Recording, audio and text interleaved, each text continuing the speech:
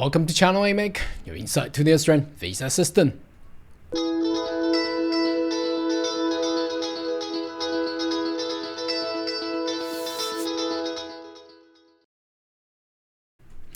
Good day everyone, my name is Carl Young, your online YouTube visa consultant. Are you interested in migrating to Australia? Why don't you consider to subscribe to my channel and turn on the bell on the side, so once all the updates and news, you'll be the first one getting all the insight. Now, as the elections is coming up, I think the government of Australia will soon announce the election day for the general election 2025. Now, over the weekend, there has been a very large and big media in regards to the ban on the foreign purchases on the Australian homes. Now, I would like to, just take into the detail of what that policy is. Obviously, when the government announces, it's a way to attract voters. So as you have clicked into the thumbnail today, I put a lot of the so-called foolish kangaroos and koalas. Now, does the Australian politician really think Australians are so foolish to actually believe this? Now, obviously, the ban of 2 years of foreign purchase on the so-called existing homes was coined out by Peter Dutton. That was a couple months back, but it has been actually been used then by the Labor government just right before the election. Well, the tactic is pretty simple. It's just to try to win the elections. However, I would like to point out this strategy and plan, it's not gonna work.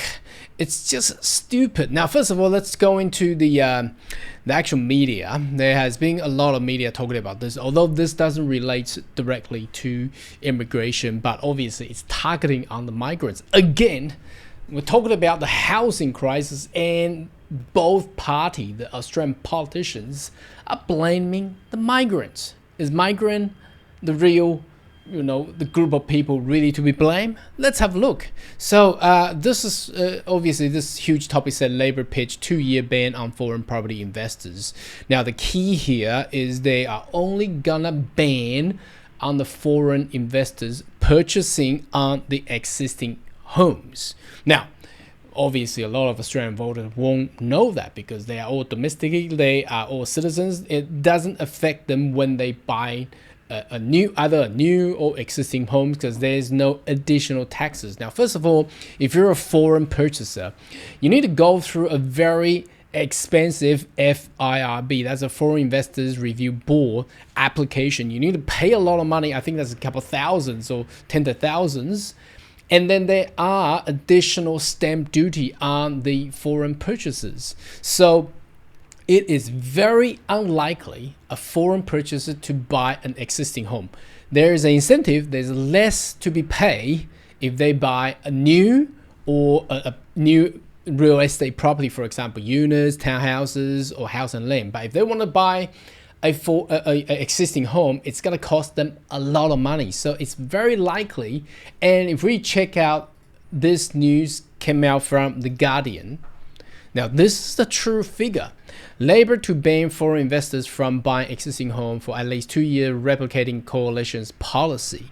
But let's see the detail. Here we go. Prospective home buyers will face less competition from overseas, with Labor promising to ban foreign investors purchasing existing home. But the restriction with replica the policy announced by a coalition last year will only capture less than, here is the key. Here we go. That's the figure. 0.4%. So for foreigner to buy an existing home, the percentage is only less than 1%, 0.4%. Now, you tell me this policy will actually letting the housing crisis to be eased, letting the housing prices to drop, letting the rental cost to be dropped. I don't think so. Look, only 0.4%. That's the key here.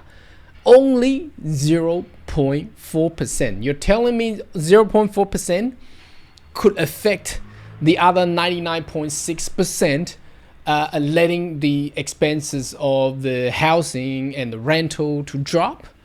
I don't think so. No way. No, definitely way. This is a very straight, direct pitch to actually. They think the voters of Australians are fool. Now I understand there will be people who doesn't even know the actual figure, but here we go. The Guardians, the media is posting out the actual public figures. 0.4%. There's only 0.4 now. Does that 0.4% affect the housing crisis, affect the housing costs? Of course not. Now let's jump in there, talk about this, the Australian politicians. Now, I've done a Wikipedia. You can also do this one. Just search Peter Dutton. That's the opposition leader, Peter Dutton. Now you see the keywords here. Dutton grew up in Brisbane. He worked as a police officer in Queensland Police nearly a decade upon leaving the school, and later, what did he do? Ran a construction business with his father. Constructing what? Obviously, his that business will then relate to real estate. It's pretty simple. What else can you construct? Okay, and I believe the construction company is still there. Looking for things to be constructed. So he's related to the real estate property, and also not just the opposition leader. Let's looking at the current prime minister. You probably have seen this news. He's also investing inside a private home of Aussie Prime Minister. How Albo's 4.3 million mansion compares. He's also into real estate. Now, what does this all tell you? I can tell you, I think you probably cannot find any Australian politicians who does not have any investment portfolio that relates to real estate properties. I don't think so. Now, key here is if the politician really want to get the housing ease, well, I think they can tax more on the holders, on the Australian investors who hold multiple real estate properties, right?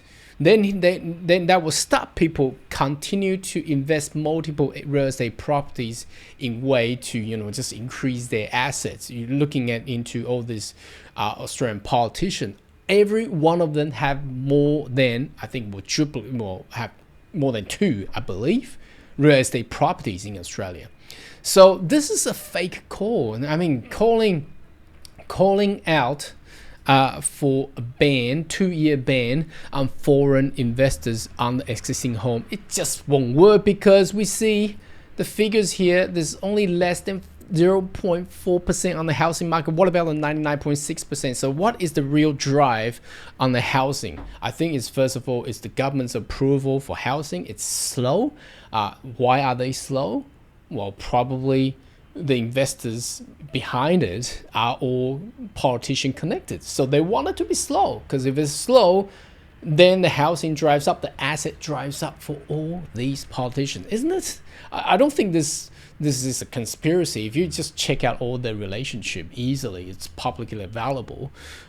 So I think this policy on banning foreign investors on existing home, it's just pure trying to fool the Australian voters for the upcoming elections.